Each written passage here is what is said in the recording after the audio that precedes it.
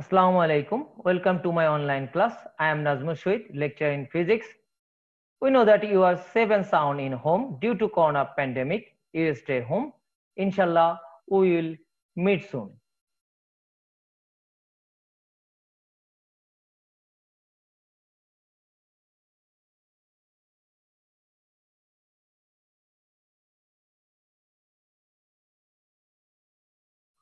By the end of today's class, cadets, you are able to know about mean free path, principle of equipartial of energy, vapor and vapor pressure, and lastly, dew point and relative humidity.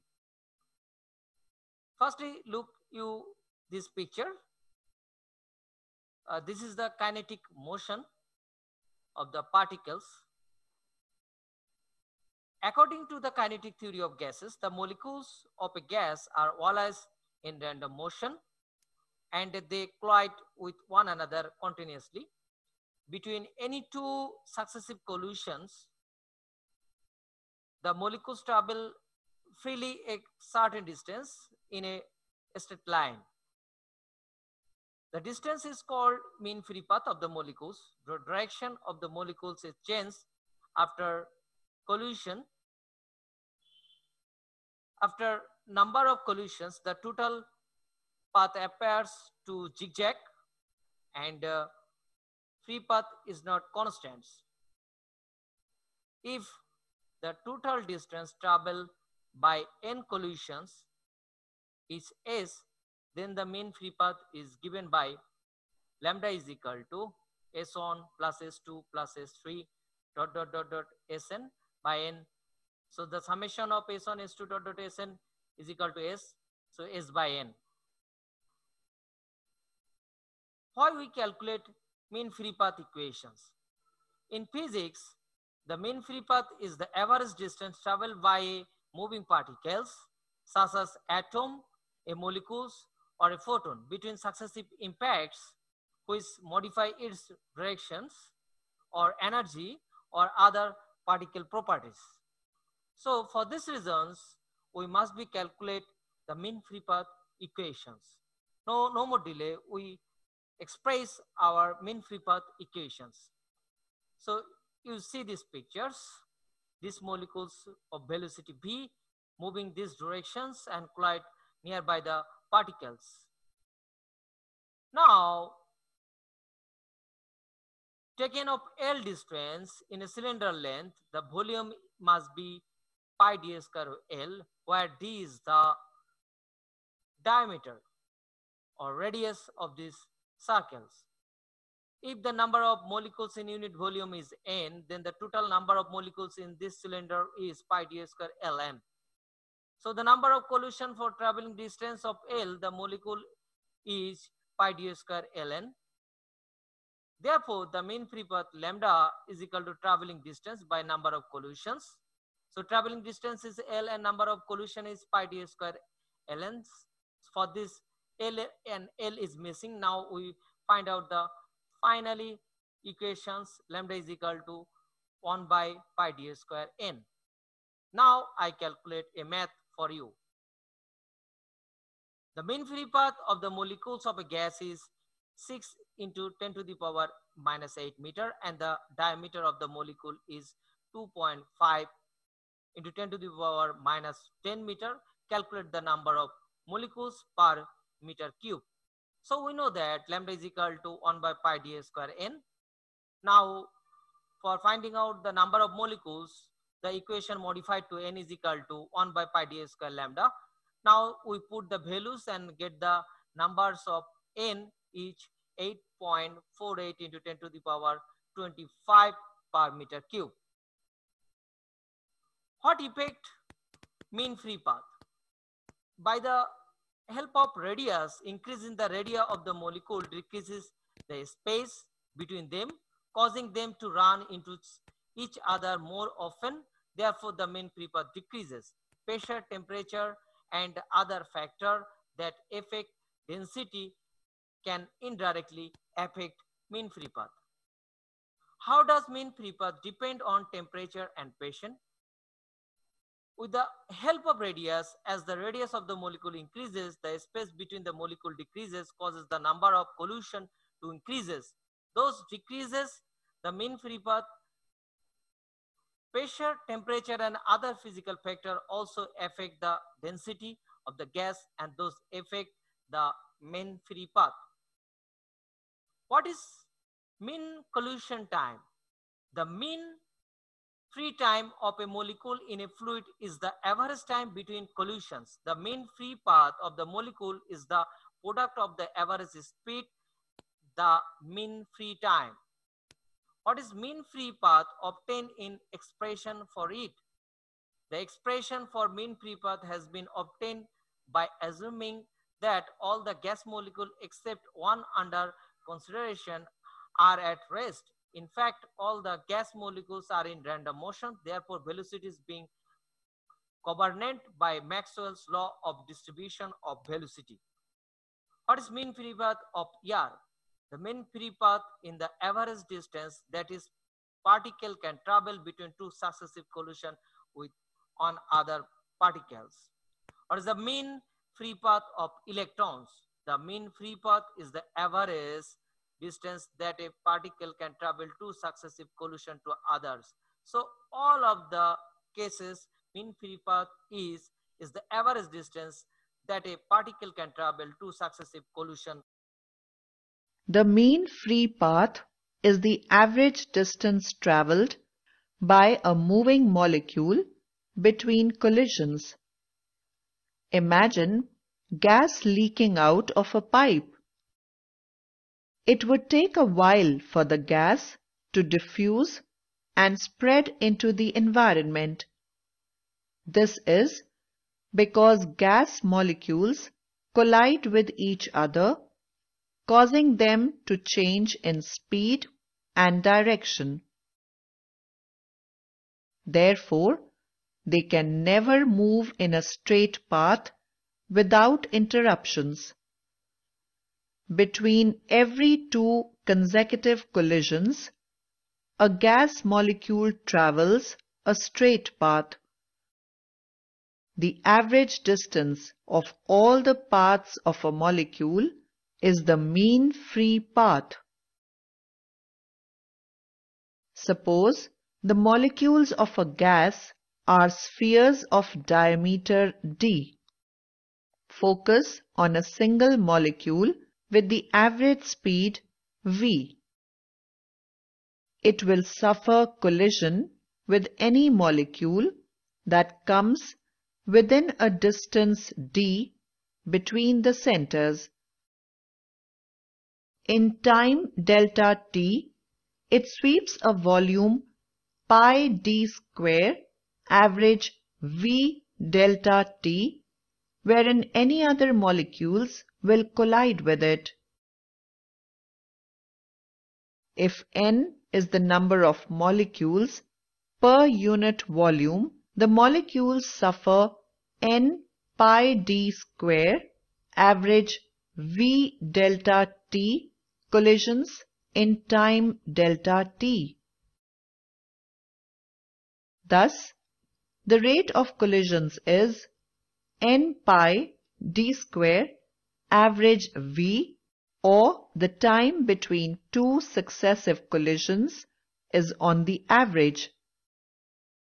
Tau is equals to 1 by n pi average v d square. The average distance between two successive collisions, called the mean free path, I is equals to average v tau is equals to 1 by n pi d square. Now I discuss the principle of equipartial of energy. The equipartial of energy specified how to total energy of a molecule is divided between translation, rotational, and vibrational degrees of freedom. So for understanding the principle of equipartial equations of energy, one should first know. So what is degree of freedom? The total number of independent variables requires to describe completely the state of motion of a body are called its degree of freedoms. So what is degree of freedom of a gas? The molecular degrees of freedom refers to the number of ways a molecule in the gas face many more, that is rotate or vibrate in this space. Three types of degree of freedoms we earlier know, that is translation, rotational and vibrational.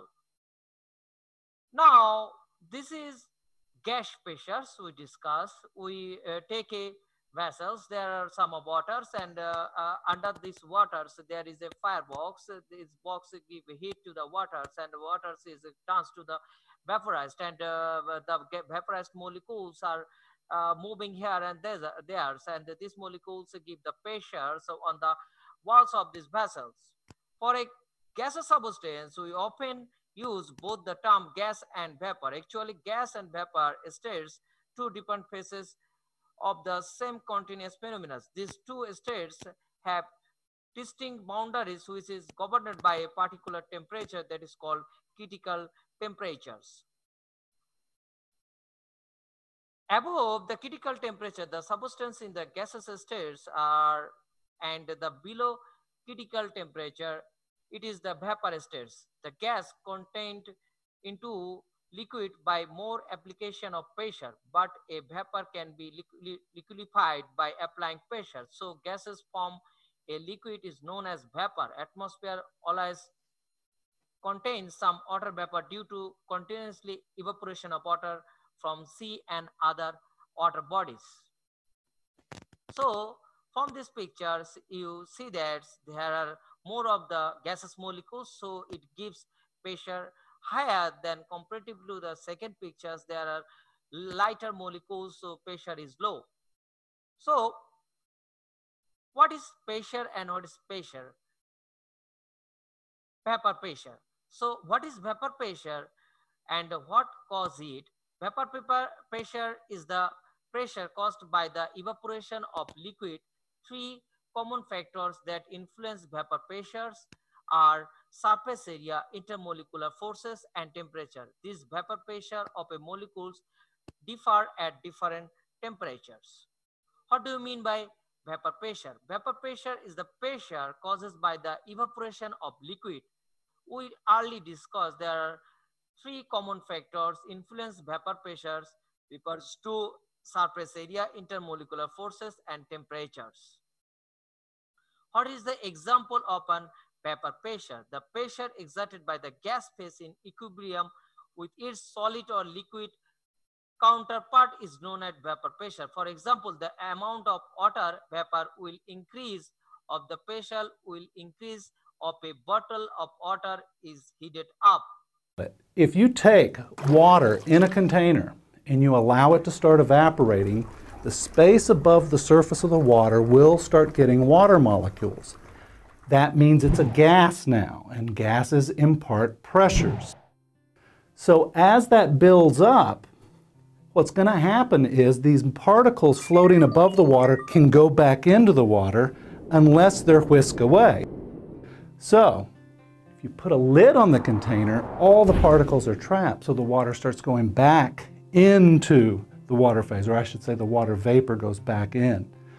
As this happens, you finally reach a state at which the exiting evaporation rate equals the entering condensation rate, and you reach what we call equilibrium. So when those two rates equal, you establish a constant pressure inside your container. And that pressure is called the vapor pressure of that liquid. In the case of water, you would say it's the vapor pressure of water. It's an example of what we call dynamic equilibrium, meaning when you look at the thing, you can't tell anything's happening, but in actuality, there are billions and billions of molecules leaving the surface of the water, and there's also billions and billions re-entering, and they are exactly the same rate. So there's no net change, but you have established what we call a vapor. There are some bottles, there are some presence of waters, and some of the places are empty space. So what is the effect of this that is called relative humidity or air pressures. So now I discuss dew point in simple terms. A measure of absolute humidity consider a parcel of gases including some of water's vapors held under condensation at constant pressures. The dew point is the temperature as the partial pressure of the water vapor is equal to the saturation vapor pressure of water of that temperatures. So after going to dew point, I say something about dew point. Atmosphere of composed of a mixture of many gases and water vapor. High amount of water vapor are evaporate into atmosphere from canals, ponds, rivers, and sea, etc. The water vapor in atmosphere is different at different places. In coastal belt, water vapor is higher than other region. Again, the water vapor or moisture in atmosphere is also different at different season. In summer and rainy season, moisture is higher than the water season. What is the difference between dew point and humidity? Dew point is the temperature at which the air is saturated.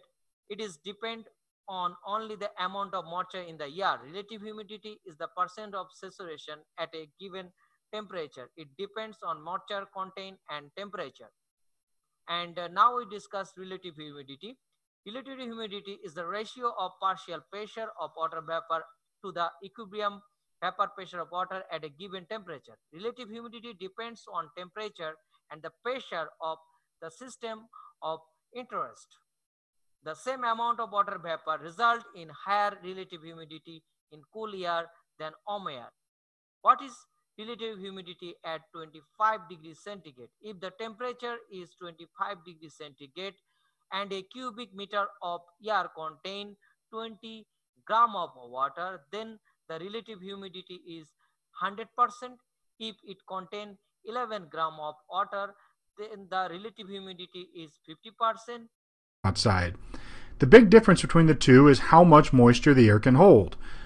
When the temperature is 55 degrees, the relative amount of moisture the air can hold, the relative humidity, is much smaller than the amount of moisture or water vapor the air mass at 95 degrees can hold.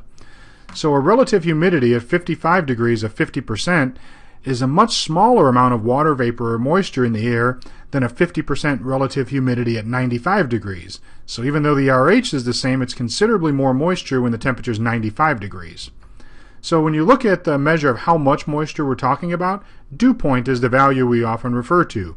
So a 37 degree dew point is what you get with a temperature of 55 and a relative humidity of 50%, while a dew point gets up to 74 by the time you have a temperature of 95 with a 50% relative humidity.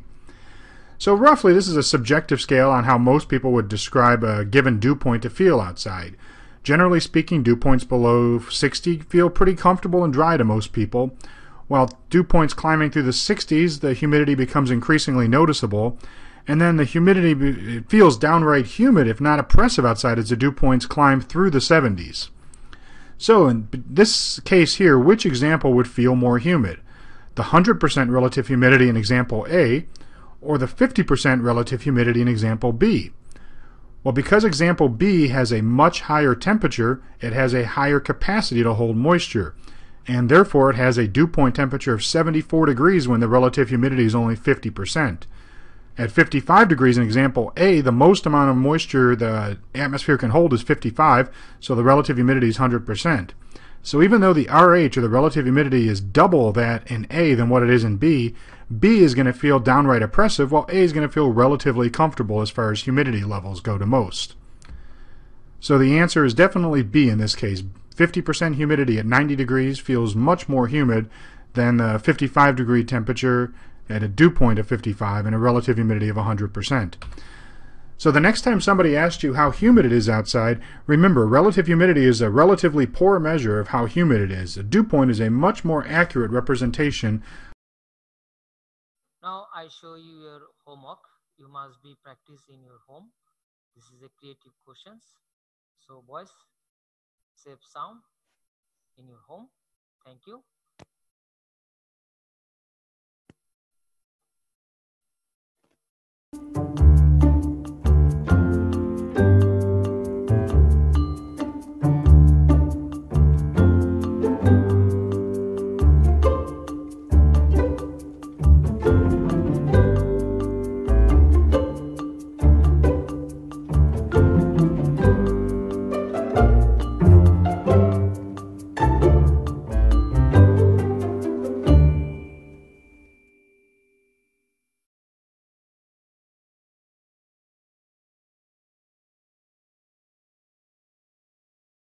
In December 2019, China notified the World Health Organization of several cases of human respiratory illness, a disease later named COVID-19. The virus causing this disease is known as severe acute respiratory syndrome coronavirus 2. The disease spreads through small droplets that are expelled from the nose or mouth when a person with COVID-19 coughs or exhales.